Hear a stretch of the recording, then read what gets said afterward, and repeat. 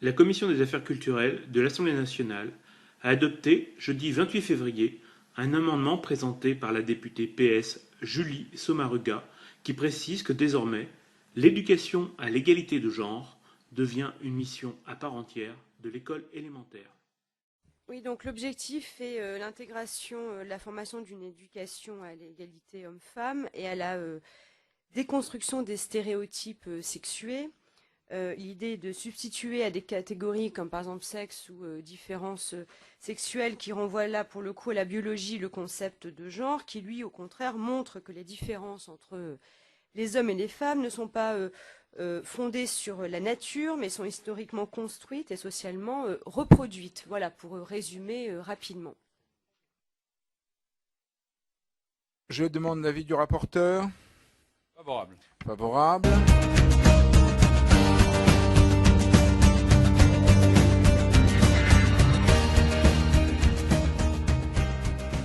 Je pense qu'en fait, les choses se mettent en place à cause d'un mécanisme très simple, qui d'ailleurs est déjà décrit dans le livre de la sagesse, un livre de la Bible, au chapitre 2. Ce livre de la sagesse est très clair, et il procède, dans ce chapitre 2, à manifester ce mécanisme à travers 3 étapes d'ordre intellectuel. Je veux dire par là qu'il y a une démarche intellectuelle dans l'homme qui aboutit logiquement à ce genre de choses. Voilà ce que dit le livre de la sagesse. Il commence par dire « Certains hommes disent qu'il n'y a pas de Dieu, qu'il n'y a pas de vie après la mort. Courte est notre vie. Personne n'est revenu de l'au-delà pour manifester s'il y avait quelque chose. » Donc on voit, la première phase du raisonnement touche à ce qu'on appelle une métaphysique. Ça veut dire un sens ultime à la vie. On répond aux 3 questions. D'où est-ce que je viens? Qui suis-je? Où vais-je? Par le matérialisme.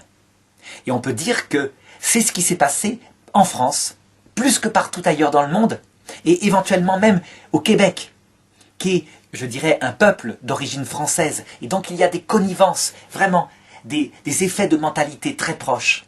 La chose se passe beaucoup moins fortement dans les peuples anglo-saxons. Comment ça se passe? Ça se passe pas par un athéisme militant, du tout. Ça se passe simplement par un athéisme qui semble acquis, qui est montré partout dans les émissions télévisuelles. L'existence même, ou la question même de l'existence de Dieu, semble un problème sectaire. La vie est nettement apparue toute seule, par hasard. Il n'y a même plus de questions qui se posent là-dessus.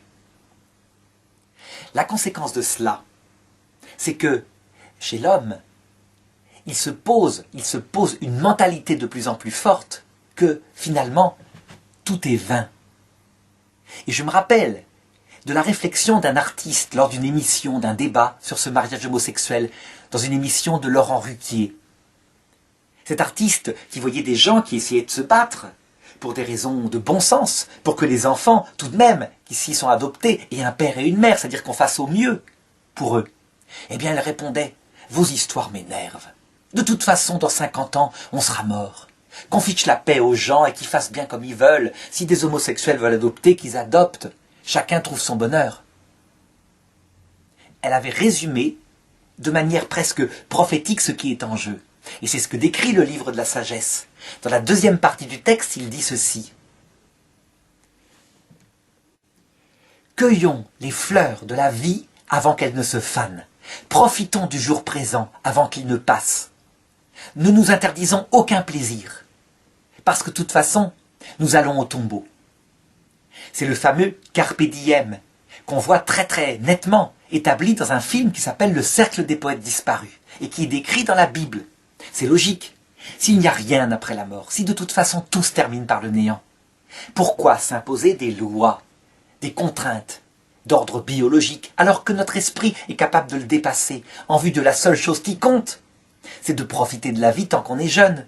Et puis viendront les moments où on ne pourra plus profiter de la vie, et à ce moment-là, on éteint la vie, puisqu'elle ne vaut plus le coup d'être vécue dans le plaisir, la seule chose qui compte sur cette terre.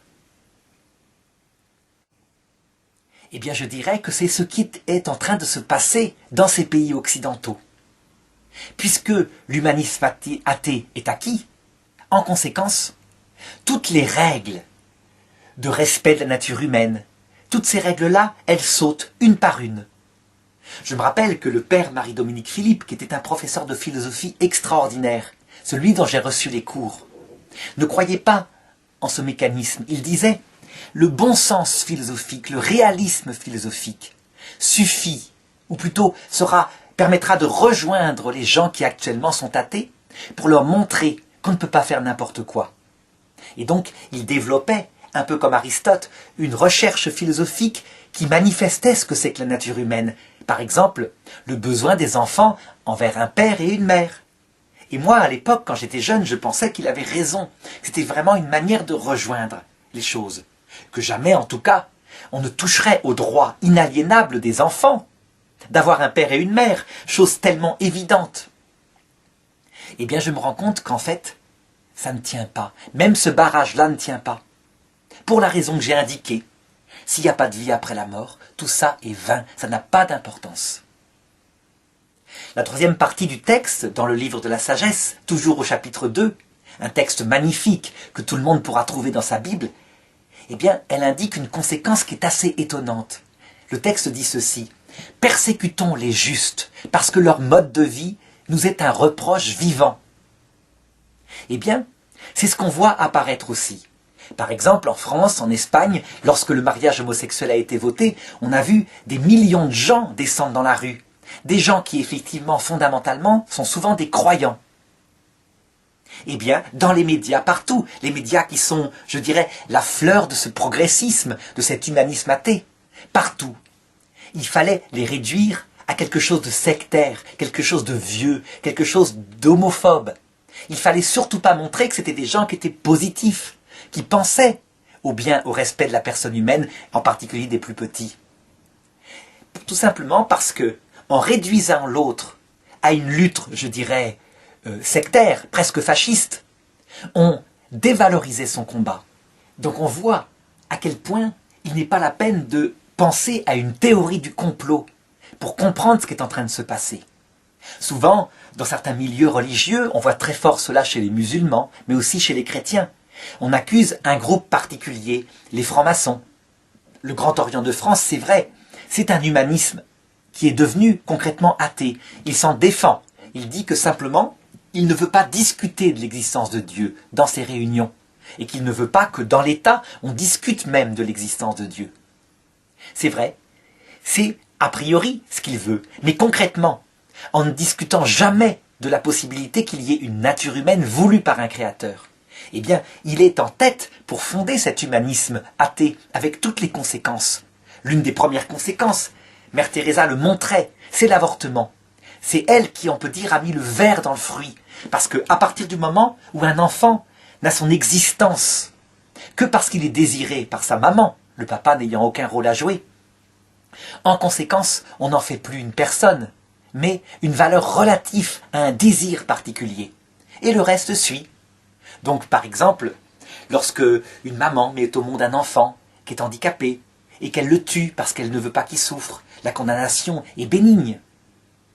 Lorsque, actuellement, dans des pays comme la Belgique, on réfléchit à la possibilité d'euthanasier des enfants qu'on a découverts handicapés après leur naissance, parce qu'ils ne peuvent pas demander eux-mêmes l'euthanasie, c'est une conséquence. La vie, elle se réduit à quoi? À la possibilité d'en profiter selon des normes de santé, de beauté, de jeunesse particulières. C'est dans la ligne. Donc, l'acte fondateur, c'est une métaphysique humaniste athée. Et le geste fondateur, c'est l'autorisation de l'avortement selon les désirs de chacun. Eh bien, on ne peut pas nier que les loges franc-maçonnes, les discussions franc-maçonnes ont eu un rôle profond de catalyseur par rapport à ça, un peu comme le levain dans une pâte athée. Cependant, je ne pense pas du tout qu'il s'agit d'un complot au sens littéral, mené sur des siècles. Je pense qu'en fait, les francs-maçons eux-mêmes ne voient pas tellement où ça les mène. C'est une logique que les peuples occidentaux eux-mêmes suivent. Si les peuples, comme la France, qui sont des peuples démocratiques, n'étaient pas convaincus que la question religieuse est secondaire, inutile, que la religion, c'est ce qui a fait le plus de mal dans le monde, alors qu'on voit bien que c'est l'inverse. C'est l'athéisme qui a fait le plus grand nombre de morts au XXe siècle. Les guerres du XXe siècle, Première Guerre mondiale, par le nationalisme idéologisé, Seconde Guerre mondiale, le nazisme, la guerre froide. On atteint plus de, je dirais, 150 millions de morts. Plus que toutes les guerres de toute l'histoire de l'humanité. Eh bien, si les gens n'étaient pas convaincus de ça, puisque c'est une démocratie, ces choses-là ne passeraient pas. Donc je pense qu'il vaut mieux accuser une mentalité de jouissance, hédoniste, humaniste et athée, qu'un véritable complot. Ça n'empêche pas qu'il y a des personnes qui sont en tête de ce combat et qui se bagarrent pour faire passer ces lois de tous les côtés dans le sens de leurs convictions.